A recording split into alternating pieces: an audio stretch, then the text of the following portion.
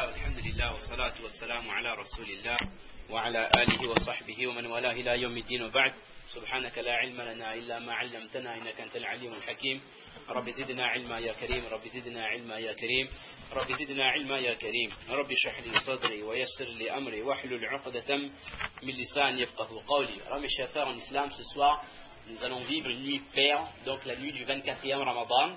Et c'est la 4e fois qu'on se réunit spécialement pour parler de la nuit du destin, la nuit de Laylatul Qadr. J'espère que chacun parmi nous hier, la nuit impaire du 23e, nous avons chacun parmi nous avons pu faire donc des efforts pour nous réveiller un peu plus tôt et faire l'ibadat comme on l'avait préconisé.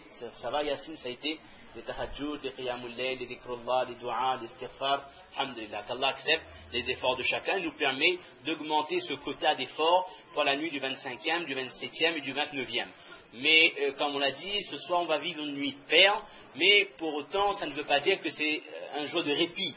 Souvent on a tendance à penser que bon, nuit impaire on y va à fond, et nuit paire, bon tranquille, il y a France-Biélorussie, il y a je ne sais quoi, on peut se lâcher un petit peu là, wallah. N'oublions jamais qu'on reste dans la dernière décade du Ramadan.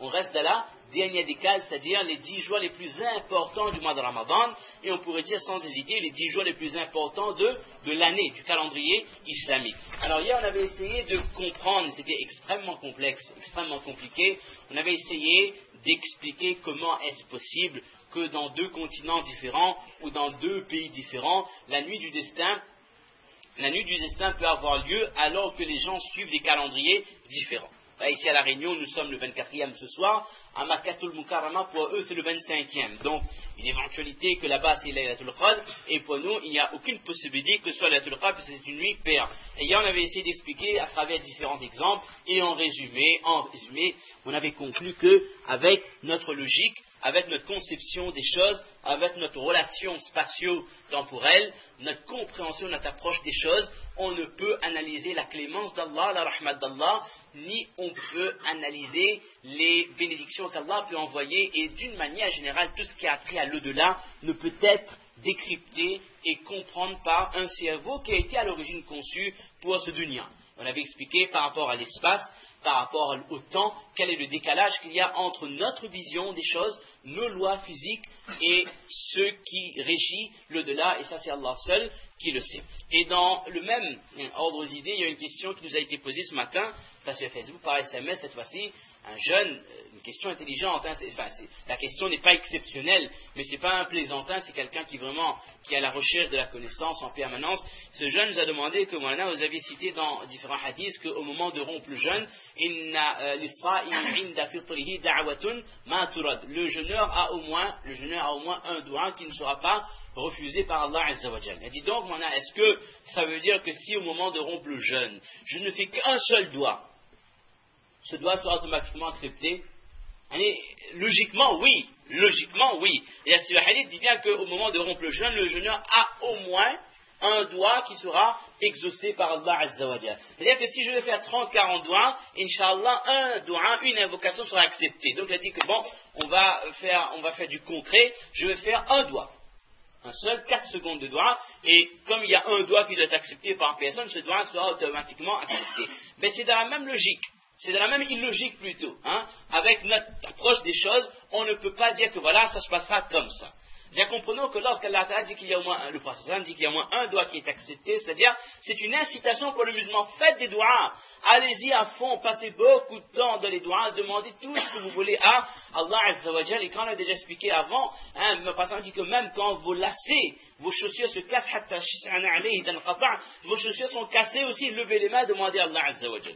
N'attendez pas que Allah vous protège, nous protège tous. N'attendez pas qu'on va passer un scanner pour voir si on a une tumeur. N'attendez pas qu'il y a de gros problèmes pour lever les mains et demander à Allah. Là, wallah, c'est dans les choses courantes, c'est dans la vie quotidienne qu'on prouve notre iman en nous adressant à Allah Azza wa Jal. Ce n'est pas pour rien si le prophète a dit ad-du'a huwa al-ibada. Le ibada, l'acte d'adoration, le culte, se résume à travers les invocations. C'est-à-dire que quand un musulman il lève ses mains et demande doua à Allah, ben ça résume tout. Parce que les ibadah, les ulama disent que le ibadah c'est at-tadallul wal khudu', le fait de se soumettre de s'abaisser, de se courber devant Allah en reconnaissant la suprématie d'Allah, en reconnaissant la grandeur d'Allah, en reconnaissant sa position de créateur et ma position de créature, et donc je suis aux ordres de mon créateur. S'il me dit de faire la salat, je fais la salat. S'il me dit de ne pas manger, je ne mange pas. S'il me dit de manger, je mange. S'il me dit d'aller tourner autour de la Kaaba 7 fois, je le fais. S'il me dit de rester debout sous le soleil et de Wuquf Arafat, je le fais. C'est-à-dire, ma vie est pour Allah. Inna salati, wa nusuki, wa mahyaya, wa mamati lillahi rabbil alamin.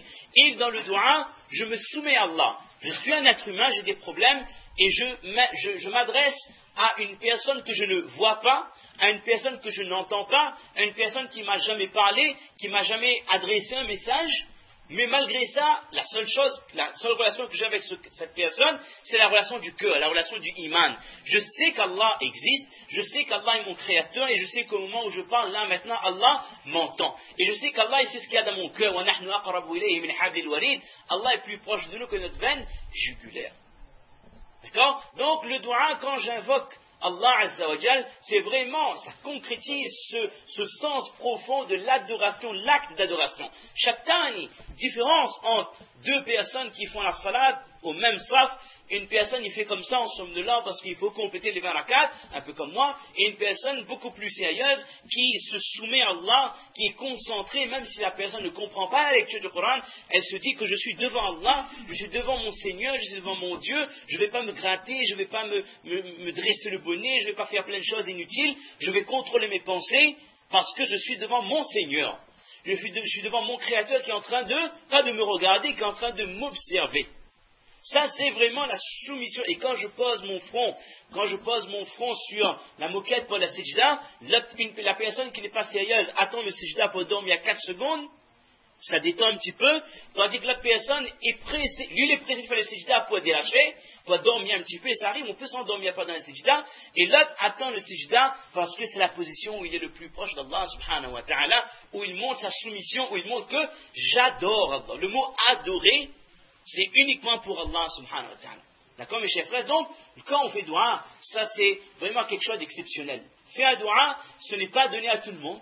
Il y a des fois, vous levez les mains, vous ne savez pas qu'il faut demander. Si Allah vous a pas donné le tawfiq de faire dua. Parfois on est fatigué aussi, ça arrive, d'accord? Mais quand quelqu'un, il peut demander, se lever d'Arajut, et quand il voit qu'il demande dua, il y va, 20, 30, 40 minutes, et ça débite. Ça c'est un grand ni'mat de la part d'Allah. Omar ibn al-Khattab, si je ne me trompe pas, c'était lui qui disait que ce qui m'intéresse, ce n'est pas l'acceptation des doigts, c'est le tawfiq de faire dua. Ce qui m'intéresse, ce n'est pas que Allah exauce mes invocations, mais c'est qu'Allah me choisisse, qu'Allah m'accepte pour faire les invocations, qu'Allah Ta'ala me choisit pour être parmi les gens qui demandent à Allah subhanahu wa ta'ala. Et ça, c'est extrêmement important. Donc, pour répondre à notre ami qui nous écoute, qui va nous écouter quand on sera enregistré, assurément, l'objectif c'est quoi? C'est que le musulman fasse le maximum de doigts, tout en sachant qu'il y aura au moins un doigt, Inch'Allah, qui sera exaucé par Allah subhanahu wa ta'ala. De la même manière, de la même optique, lorsqu'on aborde là ce soir les signes pour reconnaître la nuit du destin, il y a des signes qui sont visibles, qui peuvent être visibles, comme qui peuvent ne pas être visibles aussi. Pour certaines personnes, en fonction de notre iman, de notre degré de taqwa, il y a des gens qui peuvent voir les signes d'Allah Azza wa Jal la nuit du destin. Parce que la nuit du destin, c'est une nuit merveilleuse où il y a des choses extraordinaires qui se passent avec cette rencontre, encore une fois, entre le monde de l'au-delà et notre dunya, avec une quantité de malaïkas qui descendent, Jibril alayhi salam qui fait spécialement le déplacement de ce dunya pour la nuit du destin. Donc il y a des choses qui se passent dans l'atmosphère. Certaines personnes peuvent le voir.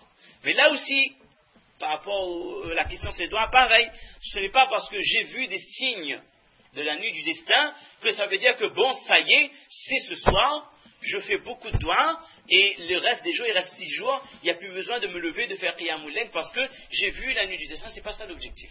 Si Allah nous a donné tawfiq de percevoir certaines choses, alhamdulillah. Mais pour autant, ça ne veut pas dire qu'on doit délaisser les efforts. Le but, c'est de se donner à fond dans les 10 jours, comme on avait dit avant-hier. Sinon, le prophète, il nous aurait dit, c'est quand la nuit du destin. Allah Ta'ala aurait permis au prophète de divulguer. Mais Allah Ta'ala a retenu la science, que notre prophète allait le dire, et Allah Ta'ala a fait en sorte que le prophète ne puisse pas le dire, afin qu'on fasse le maximum d'efforts, que les nuits soient payantes ou que les nuits soient impaires. Il y avait un jeune sur Facebook ce matin, il disait que je suis pressé, lui par contre n'écoute pas, Allah Mustan, je suis pressé de voir le nouveau visage de cette équipe de France, avec ces jeunes et tout, pour France, je crois que c'est ce soir, France-Biélorussie, hein? D'accord, Masha'Allah, d'accord. Donc il dit, je suis pressé de voir le nouveau visage, et que donc, moi je lui ai répondu tac au tac. Normalement, ce n'est pas notre manière de répondre. Il dit que, hors de question, pendant le mois de Ramadan, on ne peut pas se permettre de regarder un match. Je ne peux pas me permettre de passer 1h30 devant un écran, alors que je suis dans la dernière décade du Ramadan. Vaut mieux que tu dors.